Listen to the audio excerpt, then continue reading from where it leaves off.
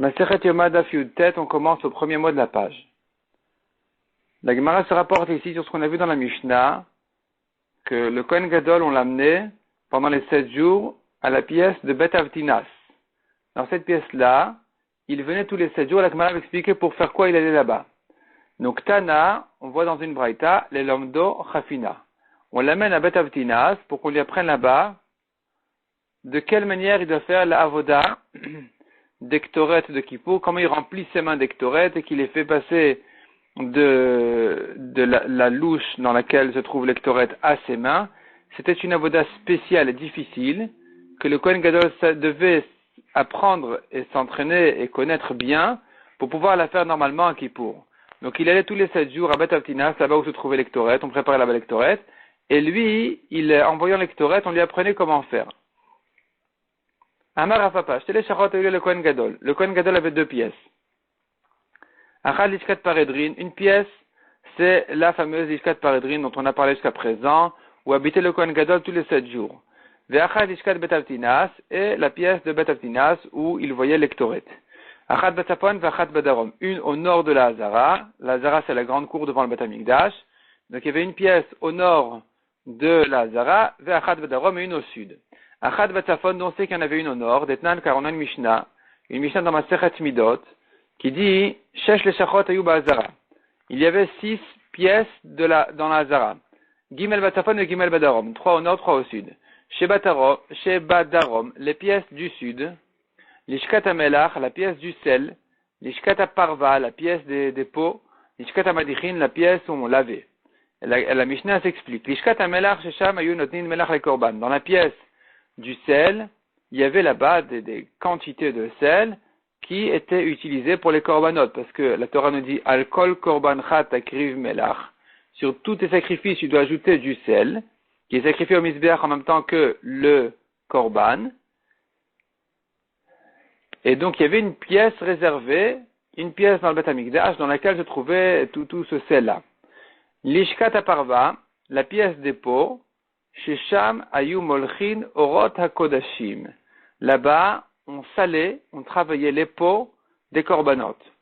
Ve'al Gaga, et sur son toit de cette pièce-là de Parva, Aïta Bet Tvila le Kohen Gadol, il y avait là-bas le mikveh du Kohen Gadol, Biyam Kippourim. Donc là-bas se trempait le Kohen Gadol à Kippour. Lishkat HaMadichin, la 3e pièce au sud, était la Lishkat HaMadichin, Sham Hayum Madichin, là-bas on lavait, Kirve Kodshim, les entrailles des korbanot. Au Misham, et de cette pièce-là, Messiba Ola, il y avait un escalier qui tourne, en collimation, qui tourne vers le toit, les Gag Betaparva, au toit de la pièce qui s'appelait Betaparva, où se trouvait là-bas le mikveh du Kohen Gadol.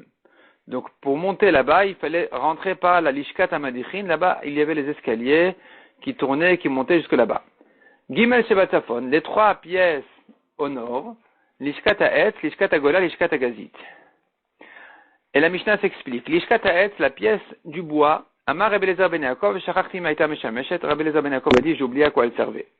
Abba Shaul Omer, Lishkat Kohen Gadol était Achoreshten. Il y avait la pièce du Kohen Gadol derrière les deux. Les deux quoi? Les 2 pièces qui étaient Lishkat HaGola et Lishkat HaGazit. On verra ensuite à quoi elles servaient. Derrière ces 2 pièces-là, il y avait la pièce du Kohen Gadol. Donc elle était au nord. Vegag Shloshtan Shavé, et le toit de ces 3 pièces-là était à la même hauteur. Donc la pièce qui s'appelait Lishkat HaGola, Rashi explique que là-bas il y avait un puits qui avait été creusé par les exilés qui sont remontés au Beth Amikdash. On les appelle donc Lishkat HaGola. On l'appelle donc Lishkat HaGola. Et il y avait aussi Lishkat HaGazit, là où se trouvait le grand Sanhedrin, le grand tribunal. Derrière ces 2 pièces-là, on a dit qu'il y avait la pièce du Kohen Gadol, et elles avaient le même toit aux 3 pièces. Donc, Lishkat HaGola, la Gemara elle-même s'explique, Sham Aya Bor HaGola. Là-bas se trouvait le puits qui était creusé par les Juifs qui sont remontés de l'exil de Babel. Ve'agalgal Natun Alav, et il y avait là-bas une roue sur ce puits-là qui servait à puiser l'eau. Ou Misham Aspikin Maim Lechol Hazara. De là-bas, on prenait suffisamment d'eau, on puisait de l'eau, qui était suffisante pour tous les besoins de la Hazara du Beth Amikdash. Lishkat HaGazit, qu'est-ce qu'était Lishkat HaGazit? Shamea Sanhedrin Shel Israël, Yoshevet, Là-bas était installé le Sanhedrin, le grand Bedin d'Israël. Vedana et Kohanim, il jugeait les Kohanim qui devaient rentrer pour la première fois au service du Beth Amikdash. Ou Mishenimtsa Bopsoul, un Kohen qui s'est trouvé Pasoul, c'était pas un Kohen kasher. Aya Lovesh Chorim ou Mitatev Chorim, il s'habillait de noir, il s'enveloppait en noir. Veyatza Ve'alachlo, il sortait, il s'en allait. Veshelon Nimtsa Bopsoul, un Kohen qui s'est trouvé kasher. Aya Lovesh Levanim ou Mitatev Levanim, il s'habillait de blanc, il s'enveloppait en blanc. Venichnas ou Meshamesh Imechava Kohanim, il rentrait servir avec ses frères les Kohanim au Beth Amikdash. Donc on voit d'ici déjà qu'il y avait une pièce au nord. Achat Vedarom, une pièce au sud, dont c'est Detnan. Shiva Sharim Ayub Hazara, il y avait 7 portails à la Hazara. Gimel Batafon et Gimel Badarom, donc 3 au nord, 3 au sud. Vechad Bamizrach, et un portail à l'est. Chez Badarom, les portails du sud, Sha'ar Hadleka, le portail de l'allumage, Sheni lo Sha'ar Korban, le second à lui était le portail du Korban, du sacrifice, troisième, Shlishi lo Sha'ar Hamaim. Donc c'était le portail de l'eau. Rachid dit, à propos du portail de l'allumage et du Korban, Rachid dit, Loyadati lama nikra shmam kach. Rachid dit, je ne sais pas pour quelle raison il s'appelait comme ça. En ce qui concerne le portail de l'eau, c'est parce qu'on faisait rentrer par là-bas l'eau qui était versée au Mizbeach à Sukkot. Sheba Mizrach, passons au portail de l'Est, Shar Nikanor. C'était le fameux Shar Nikanor.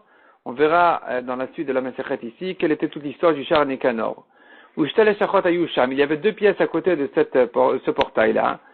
Echat Vimino va Achat Vismolo. Une pièce à sa droite, une pièce à sa gauche. Achat Ishkat Pinchas Amalbish. Une des 2 pièces était la pièce de Pinchas Amalbesh qui habillait les Kohanim. Donc il y avait là-bas tout le vestiaire des Kohanim, tous les vêtements de toutes les tailles, de tout ce qu'il fallait. Enfin, des bigdei Keuna. Ve'achat Lishkat Osech Avitin. Et une pièce était la pièce de ceux qui préparaient la mincha travitin des Kohanim. Donc c'est l'offrande de farine que faisait le Kohen Gadol tous les jours. Et il y avait une pièce spéciale pour la préparer, c'était justement à côté de ce portail de Nikanor. Chez Batsafon, au nord, quels étaient les portails du nord? Shar Nitzot, le portail de l'étincelle. Et ici, la Mishnah explique de quoi il avait l'air exactement. Ukemin, il faut dire Ukemin Arsadra Aya. Il était comme un genre de Arsadra. Arsadra, c'est une maison ouverte qui n'a que 3 murs. Donc elle est bien ouverte et bien éclairée, aérée. Et donc ce Shar Nitzot, il était là-bas. Valia Bnuyar al-Gabav. Et il y avait un étage construit sur cette Arsadra en question. Vesham Kohanim Shomrim Ilemala ou Lvim Ilemata. Et les Kohanim, ils étaient de garde la nuit en haut et les Lévim en bas. Parce qu'au Beth Amikdash, il fallait il y avait donc tout un système de garde toutes les nuits qui était donc les gardiens étaient les Kohanim, les Lévim, tout un système de partage de famille de Kohanim et de Lévim, et où était situé chacun, toute cette halakha spéciale, tout ce système-là est décrit dans les Masertot de Tamid et Midot. Et donc, sur ce Shar Nitzot, il y avait, donc, comme on a dit, il y avait l'étage et il y avait en bas. Et donc, à l'étage, il y avait les Kohanim et en bas, les Lévim qui étaient de garde la nuit. Veshelifni Memenu, le portail plus à l'intérieur, Hachel. Donc, Veshelifni Memenu Hachel. Il faut effacer ces mots d'après le bar et dire, ou Petach Hayalo Lachel. Il était ouvert vers le Chel qui était à l'endroit autour du Beth Amikdash. Shenilo. Deuxième portail, Shara Korban, le portail du sacrifice. Shlishilo Shar Bet Hamoked, le troisième était le portail du Bet Hamoked, qui était la maison du chauffage. Là-bas, les Kohanim se réchauffaient parce qu'ils étaient pieds nus. Ils étaient pieds nus au Bet Hamikdash, et donc ils devaient se réchauffer de temps en temps, ils allaient là-bas. Là-bas, il y avait du feu, ils se réchauffaient là-bas. Vetania, Chamesh Tvilot Vasara Kiddushin, Tovel Kohen Gadol Kadesh Bobayom. La Braïta dit 5 fois le Kohen Gadol devait se tremper au mikvé pendant Kippour et 10 fois il devait se laver les mains et les pieds du Kiyor, ce qu'on appelle Kiddush Adaim Beraglaim. Vechulan Bakodesh Algag Betaparva. À chaque fois qu'il allait au mikvé, dans un endroit, dans un domaine de Kodesh, dans la Zara, donc sur le toit du Betaparva, comme on a dit en haut. Chutz Mizu Shaita Bachol, Al-Gabe Sha'aramaim. Sauf la première fois où il trempait en dehors d'un endroit Kadosh, en dehors de la Hazara. Donc c'était pas le mikveh de Bet Aparva, mais c'était le mikveh plutôt de Sha'aramaim. Donc le mikveh du Sha'aramaim du portail de l'eau, là-bas, il y avait, sur ce portail-là, il y avait là-bas un mikveh, dans lequel le Kohen Gadol devait se tremper avant de commencer sa journée de Kippour. Ou Veta Dishkato Aïta, et cette pièce-là, ce mikveh était à côté de sa pièce. Veloyadana, je ne sais pas, il ishkat paredrin matzafon, velishkat betavtinas badarom. Donc, sachant qu'il avait deux pièces, le Kohen Gadol, comme on a dit, une au nord, une au sud. On ne sait pas laquelle était au nord, laquelle était au sud. Est-ce que la lishkat paredrin, là où il dormait la nuit, était au nord, et la lishkat betavtinas, où il faisait lectoret, était au sud? Ou le contraire, o lishkat betavtinas batafon, velishkat paredrin badarom. Peut-être que la lishkat betavtinas était au nord, et l'autre, la lishkat paredrin, était au sud. Donc, la Gemara ici pose une question. Il faudrait savoir quelle des deux pièces était au nord et laquelle était au sud. Ou mistabra de l'ishkat paredrin badarom avay. La Gemara dit que la logique est de dire que l'ishkat paredrin où habitait le Kohen Gadol était au sud. Maïtama, pour quelle raison? Et là, il faut s'imaginer la journée du Kohen Gadol. Et avec ça, on va comprendre qu'est-ce qui est plus logique. Donc, Makdim, quand il se lève tôt le matin, ou Mesech et Raglav, il fait ses besoins, Vetavil, il se trempe au mikveh. Parce que la loi, elle est que celui qui fait ses besoins doit se tremper au mikveh ensuite. Donc, le Kohen Gadol, avant de commencer sa journée, il va au mikveh. Au mikveh, donc c'est Sha'aramaim. C'est le mikveh qui n'est pas Bakodesh. C'est le mikveh de 7 jours. C'est pas le mikveh de Kippour. On avait dit qu'il y avait deux mikvahot. Un mikveh sur Bet Aparva. C'était le mikveh de Kippour. Il allait se tremper là-bas 4 fois de Kippour. Et un mikveh qui était sur Sha'aramaim au sud. Là-bas, il allait au mikveh tous les matins avant de commencer sa avoda. Donc ici, donc Kippour aussi, ça faisait partie des Tvilot, il devait se tremper là-bas.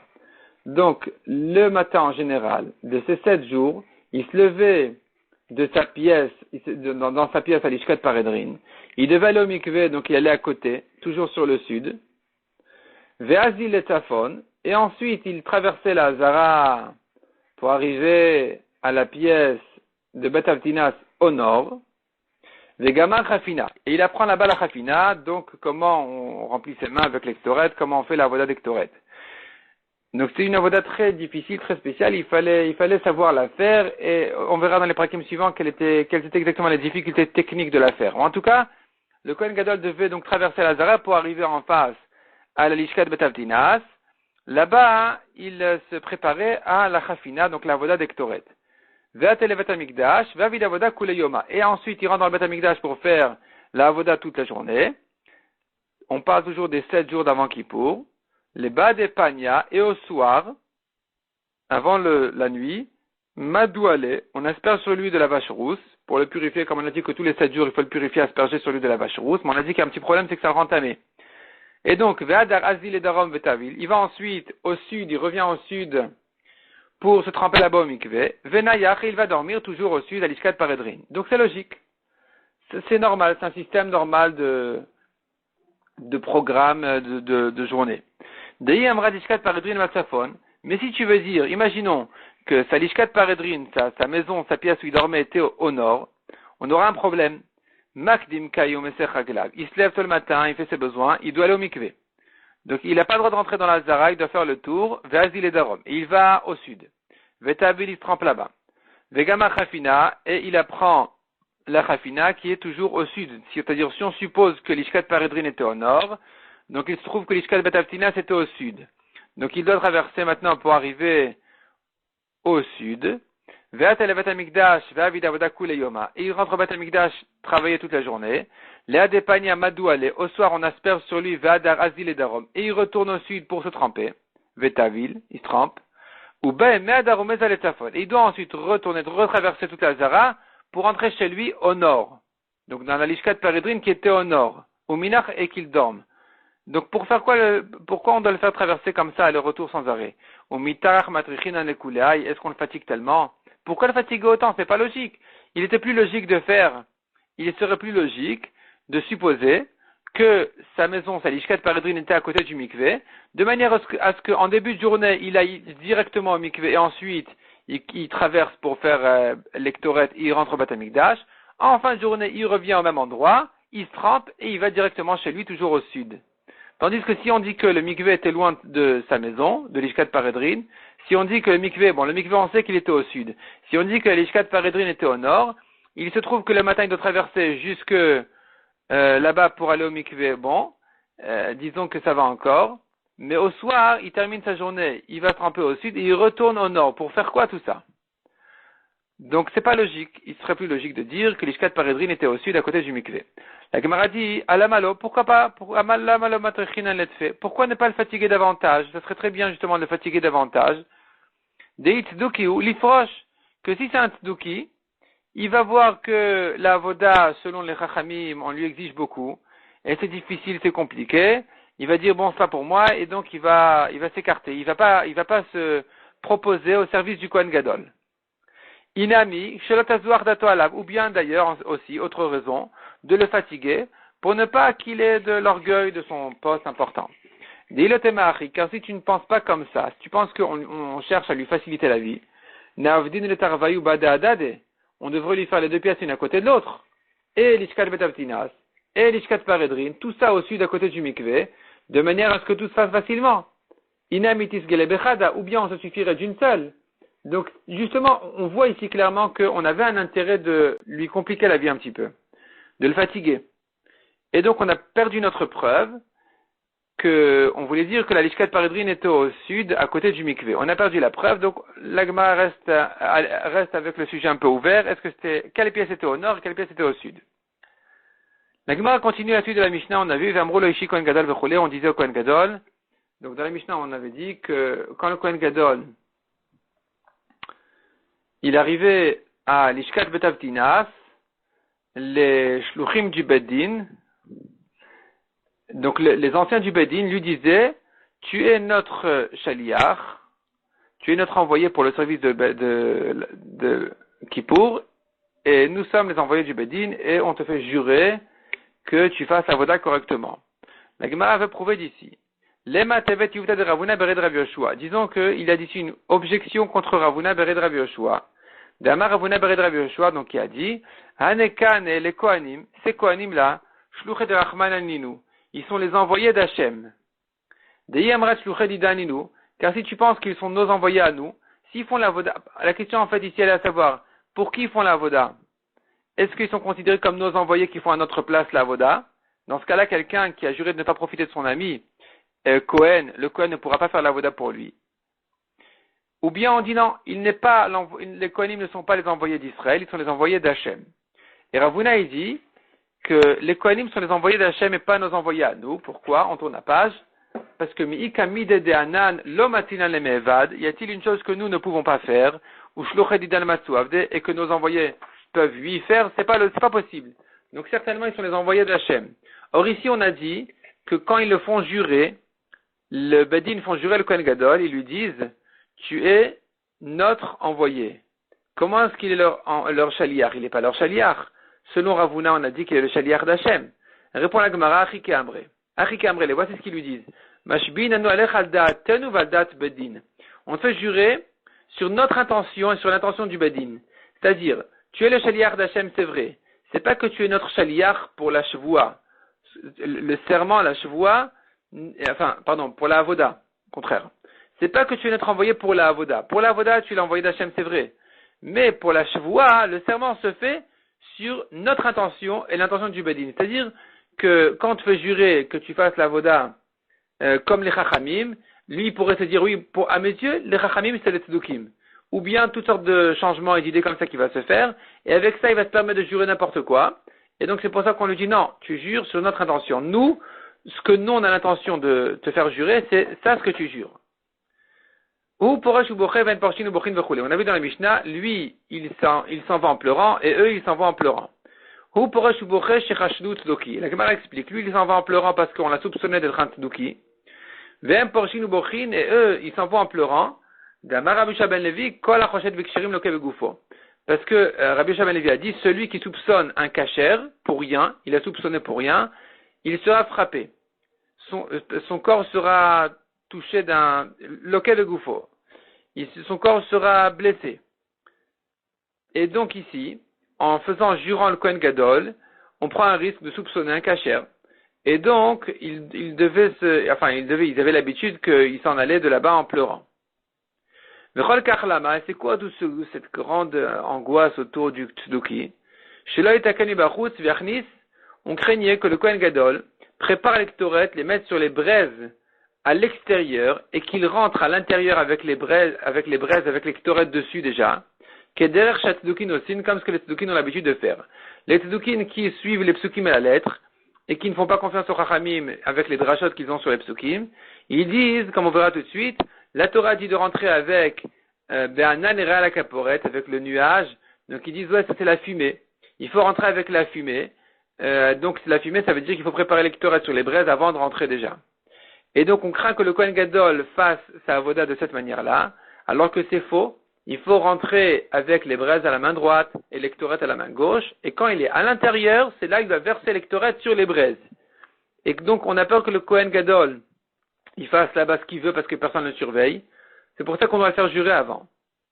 Tanoura Banan. Donc c'est l'histoire d'un Kohen Gadol Tzduki, Shitkini Bachutz, qui a préparé les ktoret à l'extérieur et les a mis sur les braises. Vichnis, il est rentré comme ça avec la fumée. Bitiato Yasamer Simcha Gdola, en sortant, il était en grande joie. Pagabo Aviv, il a rencontré son père. Amar il lui a dit, Bni mon fils, Afalpi chez Tzdukin anu, malgré que nous sommes des Tzdukin, Mityarin anu mina purushim, nous avons peur quand même, nous craignons quand même la réaction des Chachamim. Donc, ne te montre pas si joyeux que ça. Amarlo, le fils lui a répondu, Kol yamaïti mister al mikraz, et toute ma vie, je peinais sur ce passouk-là quand est-ce que j'aurai l'occasion de l'accomplir tel quel, qui be'anan et la kaporet, que la Torah a dit avec la fumée, je veux me voir, be'anan c'est le nuage, et donc eux ils expliquaient c'est la fumée, je dois être vu sur la kaporet est sur le haron, avec cette fumée-là, et les tzdukim comprenaient que c'est la fumée des ktoret, alors qu'en réalité le nuage c'est la présence, la résidence de la Shrina. Et donc eux, peut-être qu'ils n'ont pas de résidence de Shrina, donc ça ne les gêne pas de manquer ce détail-là dans le pasouk. Et eux, ce qui les intéresse, c'est la fumée. Et donc il dit à Marty, le Tzduki disait à Marty, Matai Yavol Yadi Vakaimenu, quand est-ce que j'aurai l'occasion d'accomplir ce pasouk? Arshav Shebali a dit, maintenant que enfin pour une fois j'ai l'occasion de l'accomplir, là Kaimenu je ne vais pas l'accomplir. Et alors j'étais en grande joie. Amrou, lo ayu yamim muatin.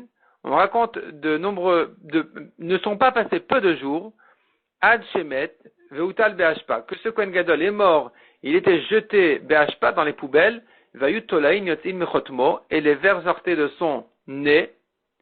On explique parce que son nez c'est le premier qui est rentré au Kodesh HaKodashim. Veyesh Omrim, Bitziaton Igaf. Il y en a qui disent qu'en sortant du Kodesh HaKodashim, il était frappé, et il est mort là-bas sur place. Et Taner Abichia, Kemin Kol Nishma Ba'azara, on a entendu une sorte de voix dans la Hazara, un bruit, Sheba Malach vechavato al panav, un malach est venu, il a frappé sur sa face, veniresu echava kohanim umatzou, ses frères les kohanim sont rentrés, ils ont vu, kekaf regel egel ben ktefav, comme la patte d'un veau, la forme de la patte d'un veau, donc le sabot apparemment, entre ses épaules, donc il a été frappé par un malach, chez Nema comme il est dit, veraglem regel yeshara, il est écrit sur les malachim, leurs pieds sont un pied droit. V'chaf raglehem kekaf regel egel. Kaf raglehem c'est la pomme de leurs pieds. Kekaf regel egel, comme celle de la patte d'un veau. Donc ils ont vu la trace du malach qui a frappé ce Kohen Gadol Tzduki, qui a été frappé instantanément.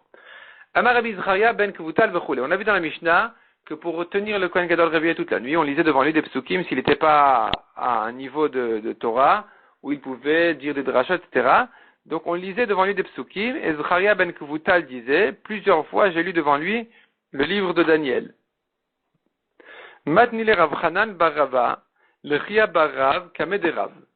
Rav Chanan a enseigné à Chia, le fils de Rav, devant son père Rav, il a enseigné notre Mishnah en disant, Amar Rabbi Zecharia ben Kefutal. Au lieu de Kevutal, il lui a dit Kefutal. Ou Marvile Rav Biade, Kevutal. Et Rav lui a fait un signe avec sa main de corriger, c'est pas Kefutal, mais Kevutal. Venem alememar. Pour quelle raison Rav ne lui a pas dit clairement pourquoi il a dû faire des signes avec ses doigts? Kriyat Shema Vakari. Il était en train de dire le schéma, il ne pouvait pas parler. Vechai Gavna Mishari. Et donc de faire des signes avec ses doigts, il a eu le droit. Est-ce qu'il a le droit de faire des signes avec sa main? Ve'amar Abitrak Bar Shmuel Bar Marta. Akoret Shema, celui qui lit le schéma, Loïr Mos Benav, il n'a pas le droit de faire des clins d'œil, ou de faire des sortes de signes avec ses yeux. Veloï Kros Besiftotav, ni avec ses lèvres. Veloï Orebet Botav, ni avec ses doigts. Vetani Rabbi Lazar Chasma Omer. Akoret Shema Omerames Benav. Umkaret Besiftotav, Umarebet Bo. Celui qui lit le schéma et qui fait toutes sortes de signes avec ses yeux, ses lèvres ou ses doigts. Alava Katuv Omer, sur lui dit le pasouk. Velo Tikarat Yaakov. Ce n'est pas moi, dit Hachem, que tu as appelé Yaakov. Toi, Yaakov, ne crois pas que tu t'adresses à moi en lisant le schéma, en faisant toutes sortes de choses en même temps. Lokashia répond la Gemara. Le premier paragraphe du schéma, il faut être concentré complètement. On n'a pas le droit de faire aucun signe. Le deuxième paragraphe du schéma, ici, pour la correction de son limoud, Rav avait le droit de faire un signe. Donc quand il y a un besoin spécial de mitzvah, on a le droit de faire des signes au deuxième paragraphe du schéma. Tanu Rabbanan vedibar tabam. Le pasuk dit vedibar tabam, tu parleras en eux. Bam velo betfila. Bam, c'est-à-dire les paroles de Torah doivent être prononcées à haute voix, comme une parole. Mais la tfila à voix basse. C'est pour ça que le pasuk nous dit bam, ça vient exclure eux, elles, les paroles de Torah, mais pas autre chose, pas les paroles de tfila. Vedibar tabam, on apprend encore une autre dracha d'ici. Bam yeshlecha reshut edaber velo bidvarim acherim. Ce sont des paroles de Torah que tu as le droit de dire. Tu n'as pas le droit de parler des autres paroles. Rashi explique, Dvarim Acherim, ça veut dire Sichat Hailadim Vekalut Rosh, c'est-à-dire des paroles qui sont nécessaires pour la vie. Il n'y a pas aucun problème, aucune interdiction de les prononcer, de les dire. Le problème ici, c'est Sichat Hailadim, des paroles d'enfants, Vekalut Rosh, et de légèreté d'esprit. Donc ça, c'est interdit de la Torah, comme on apprend on apprend de ce pasuk là d'interdire ces paroles-là. Rabbi Acha Omer, Vedibar Tabam. De là, on apprend, dit Rabbi Acha, Ase otan keva, ve'al ta'asem aray. Fais des paroles de Torah une occupation fixe, essentielle, et n'en fais pas une occupation accessoire. Que ce soit l'essentiel de ton occupation. Amarava, sartichat chulin, celui qui parle une discussion de chol, au verbe assez. Il transgresse une mitzvah positive. Shenemar vedibarta bam, bam velo bidvarim acherim. Comme on a dit ici, la Torah dit tu parleras des paroles de Torah, mais pas d'autres paroles. Donc comme on a dit, ce sont des paroles qui n'ont pas d'intérêt, qui au contraire sont des paroles de légèreté, elles sont interdites.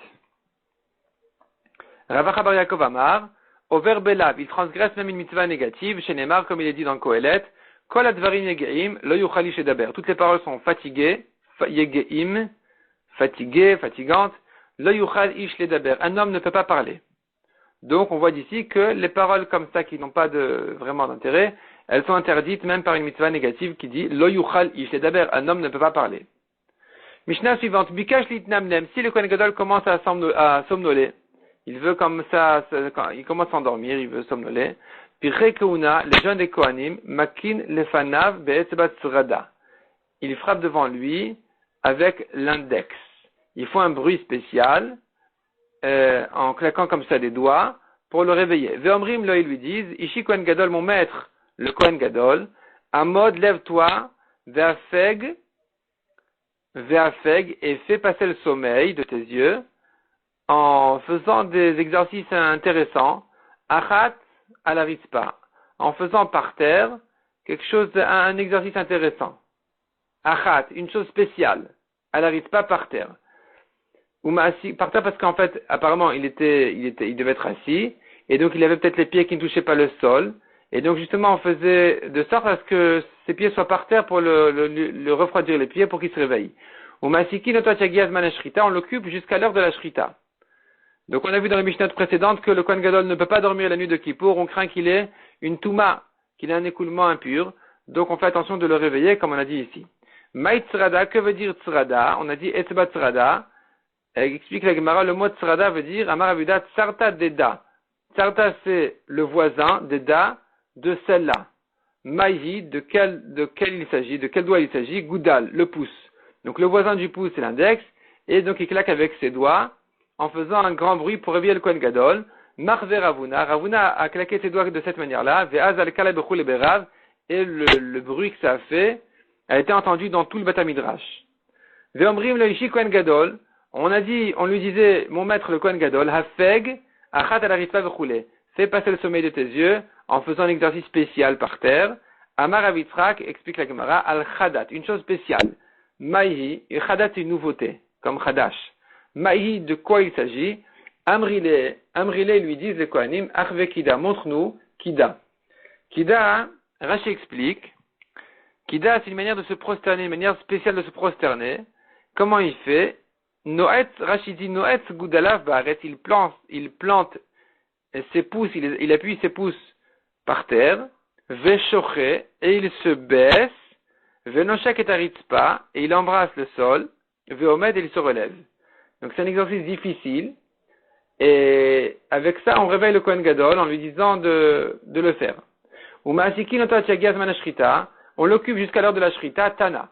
On enseigne dans une braïta, c'est pas qu'on l'occupait avec des instruments de musique, et la BP, mais avec la bouche. Ou Me'ayomrin, quel chant on disait devant lui? On disait devant lui des chants sur des psukim qui disent Im Hashem la yivne bait, im shav amlu bonavbo. Si Hashem ne construit pas la maison, en vain se fatigue bonavbo, ceux qui construisent la maison, pour rien. Rashi explique, Rashi dit ici, à gauche en bas, Im Hashem la yivne bait vegomer klomar, izer ba'avodatra, ils lui font allusion ils veulent lui faire entendre par là, de faire attention dans sa avoda, chez les Shem Shamaim, que sa avoda soit pour Hashem, les Shem Shamaim, chez les Ratson, pour qu'elle soit agréée, chez Imena Retsuya, car si elle n'est pas voulue dans le ciel, en tochacha ole leklum, ta fatigue ne sert à rien. Donc c'est ce que le pasuk dit, Hashem le Yivne Bayit, si Hashem n'est pas intéressé par la construction d'une maison, du Beth Amikdash, donc ta avoda au Beth Amikdash, Shav Amlu Vonavbo. Ceux qui viennent construire, finalement, ils font un travail en vain qui ne sert à rien. Mikire Yerushalayim, lo yushenin, kol alayla. Et les importants de la ville de Yerushalayim ne dormaient pas toute la nuit. Que les shishma Kohen Gadol kol avara, afin que le Kohen Gadol entende un grand bruit de fond dans la Zara, qu'il y ait beaucoup de bruit dans la Zara, et velot et shenachotav, pour ne pas qu'il s'endorme. Donc il fallait qu'il y ait une ambiance, pas que le Kohen Gadol reste lui seul, avec deux jeunes comme ça à côté de lui, à se tenir bien réveillé toute la nuit, ce qui aurait été difficile. Donc ils font de sorte à ce qu'il y ait une ambiance de gens réveillés, de veillés, de manière à ce que le Kohen Gadol ne s'endorme pas toute la nuit. On va s'arrêter là pour aujourd'hui. Shabbat Shalom.